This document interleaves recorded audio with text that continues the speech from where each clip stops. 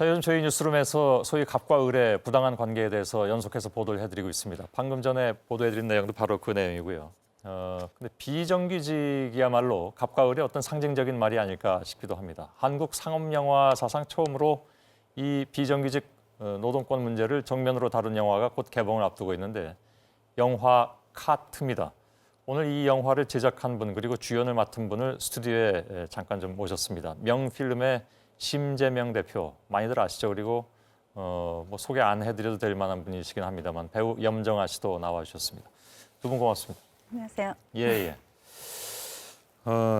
염정아 씨는 처음 뵙습니다. 예, 처음 봬요. 저 너무 떨어가지고. 또 네. 긴장하셔서요? 네, 손석희 앵커를 이렇게 직접 뵌다고 생각하니까 너무 떨리더라고요. 예. 그러실 필요는 전혀 없습니다. 근데 잠깐만요. 이게 좀 옆에서 좀 쓰러져가지고. 지금도 좀 안 풀리신 것 같은데요? 예, 갑자기 지금 또 다시 떨리네요. 그런 거요. 심재명 대표도 오랜만입니다. 예. 글쎄요. 그 염정아 씨 경우에는 이런 역할은 처음이셨을 것 같습니다.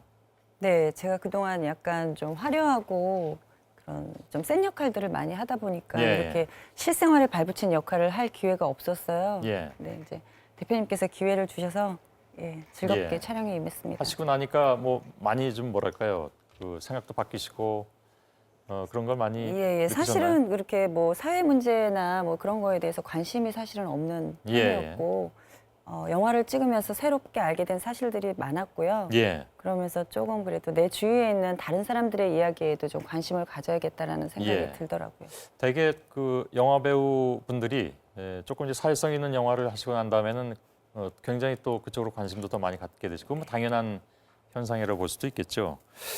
그 용기 있는 상업 영화다 이렇게 표현을 하더군요. 영화의 주제만 놓고 보자면 예를 들면 뭐 이제 저예산 영화라든가 독립 영화가 더 맞지 않나 하는데 상업 영화로 내놓으셨으면 상업적으로도 성공을 해야 된다라는 전제가 붙는데 비정규직 노동자들의 얘기를 영화로 만드는 데 있어서 저는 많은 사람들이 봐야지 이 영화 제작의 의미가 살릴 수 있다는 생각을 했습니다. 그래서 일부러 의도적으로 주류 영화계에 계신 영화 배우분들 그리고 스태프들 그리고 적지 않은 예산을 들여서 상업 영화의 틀 안에서 품어서 영화를 만들어야지 많은 사람들이 보고 하고자 하는 이야기가 더 보편적으로 많이 전달될 수 있다고 생각했습니다. 근데 말이죠. 요즘 그 인터스텔라가 하도 사람들이 많이 봐서 이 때를 잘못 택하셨나 하는 생각도. SF 영화도 보고 또 우리 그 사회의 현실을 따뜻하게 그린 영화도 물론 봐주시겠죠. 그렇게 기대하고 있습니다. 예.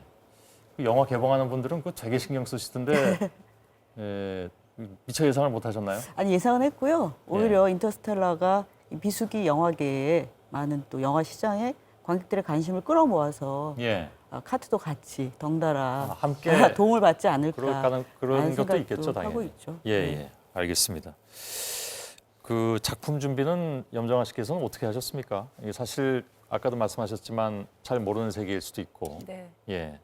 근데 뭐 배우라는 직업이 사실은 제가 직접 다 경험해 본 것들만 연기를 하는 게 아니잖아요. 그래서 색다른 경험을 한다는 차원에서 굉장히 저한테는 새로운 도전이었고요. 지금 결과적으로는 하길 잘한 작품이다라는 생각을 하고 있습니다. 제가 두 분을 인터뷰하기 전에요. 저희 그 보도국의 동료들이 조금 우려하는 바가 있더군요. 뭐냐면 이 영화가 사실 이제 그 영화는 상당 부분 픽션이 들어갈 수밖에 없는 건데 이 영화는 사실을 사실대로 다루지 않으면 뭐랄까 오히려 또 비난을 받게 되는 경우도 있어서 여기 나오는 모든 장면들이 예를 들면 이제 그 우리는 을이다라고 맨날 이렇게 해야 되고 또 반성문 쓰고 복도에서 이렇게 벌받고 하는 것이 혹시 과장은 아니냐 이런 생각을 할 수도 있는데 그건 어떻게 답하시겠습니까? 이 얘기를 다룰 때부터 굉장히 그 사려 깊게 조심스럽게 잘 다뤄야 된다고 생각을 했고요. 그러면서 현실에서 있었던 일들, 사실들을 많이 자료조사, 또 공부, 인터뷰를 통해서 가감 없이 왜곡되지 않게 그리려고 최대한의 노력을 했습니다. 그리고 또 사전에 이 영화 완성하기 전에 실제로 노동계에 계신 분들 또 이런 일련의 그 사건에 그 당하신 분들한테 영화를 보여드렸더니 정말 그 솔직하게 생생하게 잘 다뤄줬다고 그런가요? 고맙다는 얘기를 예를 해주셔서 들면 감사하더라고요. 예, 고객 앞에서 왜 무릎 꿇고 사과하는 장면이 있잖아요. 그런 일들은 실제로 많이 있었죠. 그리고 생각 의자에 앉아서 반성문을 쓴다거나 하는 것은 앞에도 뭐 꼭지에도 다뤘지만 예. 갑을 관계에 있어서 의뢰 입장에서 많이 있었던 사실들이라고 하더라고요. 예. 사실은 그 배우 입장에서는 염정아 씨 같은 경우에 이제 이런 건 처음이라고 말씀 물론 아까 하셨습니다만은 좀 용기가 필요한 건 아니었나요? 사실 그거에 대한 우려는 전혀 없었고요. 예. 예, 제가 이 영화에서 시나리오를 통해서 본 것은 그냥 우리 주변 사람들의 이야기고 재미가 있고 감동이 있는 그냥 예. 보통 아줌마들의 얘기였어요. 거기에 제가 매력을 느껴서 작품을 예. 선택했기 때문에 사실 그런 우려는 전혀 없었습니다. 그런가요? 예. 이 질문은 좀 늦게 드리는 편인데요. 왜 이런 주제를 택하셨습니까? 저는 이 비정규직 감정 노동자들의 이야기, 특히 그 중에서도 힘든 처지에 있는 여성 노동자들의 이야기를 영화로 만들고 싶다는 어떤 그 마음이 제일 중요했고요. 예. 그리고 이제 저희가 예전에 우리 생애 최고의 순간도 비인기 종목에 그 여성 스포츠 선수들을 다룬 바가 있었는데 예. 영화로 잘 다루면 많이 호응해 우생순 주시고 말씀하시는 그렇죠. 거죠? 예. 관심을 가져 주시더라고요. 그래서 이 얘기가 그들만의 이야기가 아니고 우리의 이야기고 사실은 애써 외면하거나 잘 모르거나 또는 알려고 하지 않는 우리 현실을 영화에 끌어들여서 얘기를 하면 많은 사람들이 다시 한번 현실을 생각하고 예.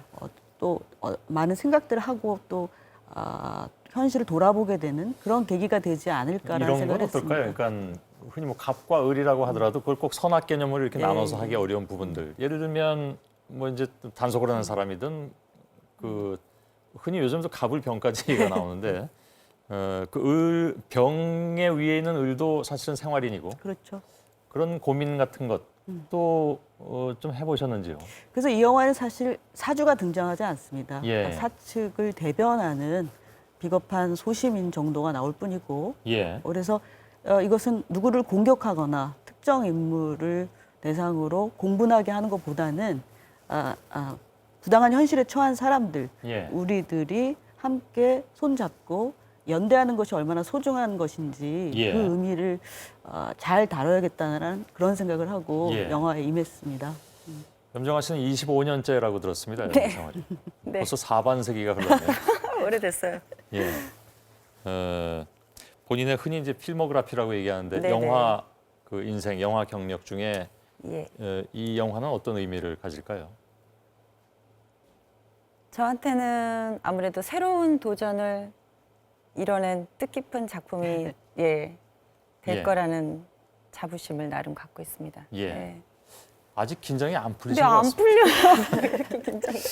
죄송합니다. 제가 긴장을 시켜드렸습니까? 아니에요. 알겠습니다.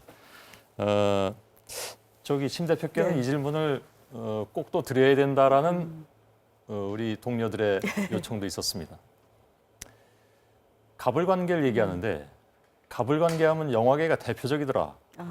그거 어떻게 받아들이시겠습니까? 물론 갑과 을이 계약서를 쓰고 그다음에 대부분 영화 작업이라는 건 정기적으로 이루어지는 노동 행위가 필요한 것이죠. 예. 그런데 현재 영화계도 그런 갑을관계 문제 또 창작자들의 정당한 노동 권리에 대한 예. 얘기들이 많이 진행되고 있고요.